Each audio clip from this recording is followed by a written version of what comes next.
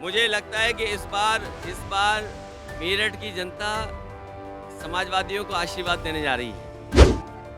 अरे कचरा फैलाने वाले लोग क्या कचरा हटाएंगे? इसलिए इस बार जनता इन्हीं को हटाने जा रही है।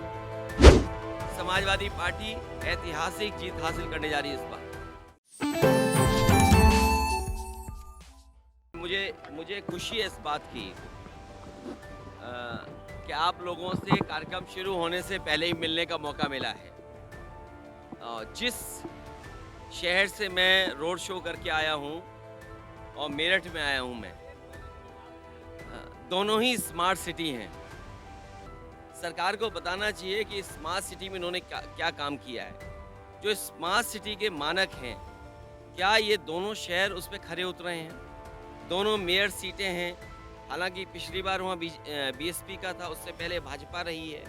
पिछले 2 बार से भाजपा ही की सरकार बन रही है। वो बताएं कि जनता की सुविधा के लिए पब्लिक ट्रांसपोर्ट सिस्टम क्या उन्होंने तैयार किया है, आम लोगों की शिक्षा के लिए क्या इंतज़ाम किया है, स्वास्थ्य के लिए क्या इंतज़ाम किया है, और सबसे महत्वपूर्ण है, क्या नालियाँ साफ़ सुथरी हैं, क्या कूड़े का डिस्पोज़ल ठीक हो गया। लग तो ऐसा रहा है कि जब से बीजेपी आई है, सब नाले नदियों को लेकर के सीधा गंगा में गंदगी डाल रहे हैं। पहले तो स्मार्ट सिटी पे बात कर लो, क्योंकि स्मार्ट सिटी पे अगर बात नहीं करोगे तो बीजेपी का भ्रष्टाचार कैसे पता लगेगा। बीजेपी ने कहा कि मेरठ स्मार्ट सिटी होगा, अलीगढ़ स्मार्ट सिटी होगा। वो बताएं कि क्या स्मार्ट सिटी में उन्होंने काम किया है, क्या कूड़ा, क्या गंदगी, क्या शिक्षा, क्या स्वास्थ्य, क्या सड़कें या सुविधाएं दी कि नहीं दी। और जो लगातार महंगाई बढ़ रही है, चरम सीमा पर महंगाई है, चरम सीमा पर बेरोजगारी है, उसका जवाब क्या है? अपना झूठ सच हो जाए तो उसके लिए अमेरिका की एक कंपनी हायर कर ली, डेलॉयट, 200 करोड़ रुपए उससे दे रहे हैं। मीडिया के लोग सच ना दिखाएं, उनके लिए भी बड़ा पैकेज। तो बड़ा मुश्किल है, लेकिन जनता जिस तरीके से नाराजगी दिखा रही है, बीजेपी के डबल इंजन और ट्रिपल इंजन को इस बार उखाड़ फेंकेगी। और लग तो ये रहा है कि डबल इंजन जो बोल रहे हैं, इंजन आपस में टकरा रहे हैं एक दूसरे से। भाई योगी जी का तो हम इतना ही मानते हैं, वो बुद्धिमान बहुत है।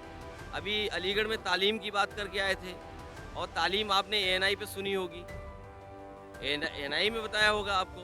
और फिर परिवारवाद की बात है, अरे योगी जी का आप नहीं बोलोगे, वो खुद परिवारवाद की वजह से उस मठ में उस स्थान पर है।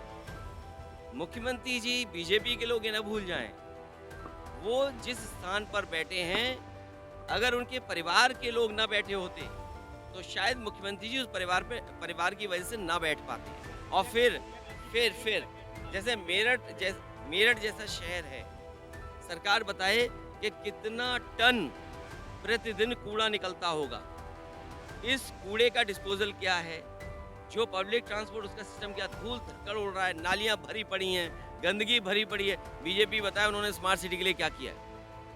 नहीं, क्योंकि बीजेपी वाले इतना भ्रष्टाचार कर रहे हैं जिसकी कल्पना नहीं है। कभी अखबारों में किसी के भ्रष्टाचार का ऐड नहीं देखा होगा, लेकिन बीजेपी ने जिस तरीके से ट्रांसफर, पोस्टिंग और 40% का कमीशन, कर्नाटक में ऐड निकला इनका अखबार में, सोचिए आप। और यूपी में जो बजट 30% सड़क का खर्च कर पाए हो, मेडिकल की सुविधाएं न दे पाए हो।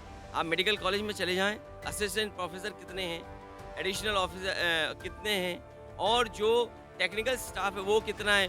तो जब नहीं पता है मुख्यमंत्री जी को कि असिस्टेंट ऑफिसर कितने होने चाहिए, एडिशनल ऑफिसर कितने होने चाहिए, प्रोफेसर होने चाहिए, टेक्निकल स्टाफ नहीं, तो वो तमंचे की बात करेंगे। और क्या बात करेंगे? उनसे कहो सॉलिड वेस्ट मैनेजमेंट, बोला तमंचा। बोला नाली गंदी है, बोला तमंचा। वो कहें हिंडन गंदी है, बोला तमंचा। वो कहेंगे गंगा सफाई नहीं हुई, बीओडी सीओडी रिसोर्स ऑक्सीजन उसका ज़्यादा है, तो बोले तमंचा। समाजवादी पार्टी ऐतिहासिक जीत हासिल करने जा रही है इस बार।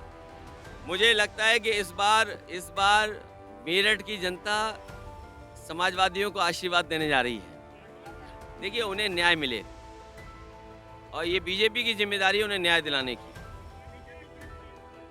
अरे मैं दूसरी बात कह रहा हूँ, मैं ये कह रहा हूँ, भारतीय जनता पार्टी की सरकार यूपी में है, दिल्ली में है, सुप्रीम कोर्ट के पास केस गया है।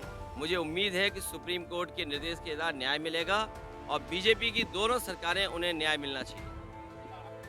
अरे कचरा फैलाने वाले लोग क्या कचरा हटाएंगे, इसलिए इस बार जनता इन्हीं को हटाने जा रही है।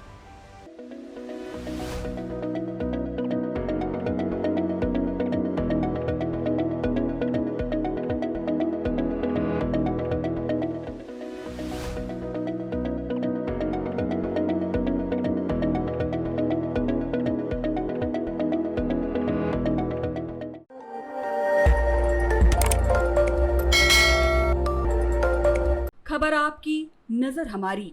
देखते रहिए आई इंडिया।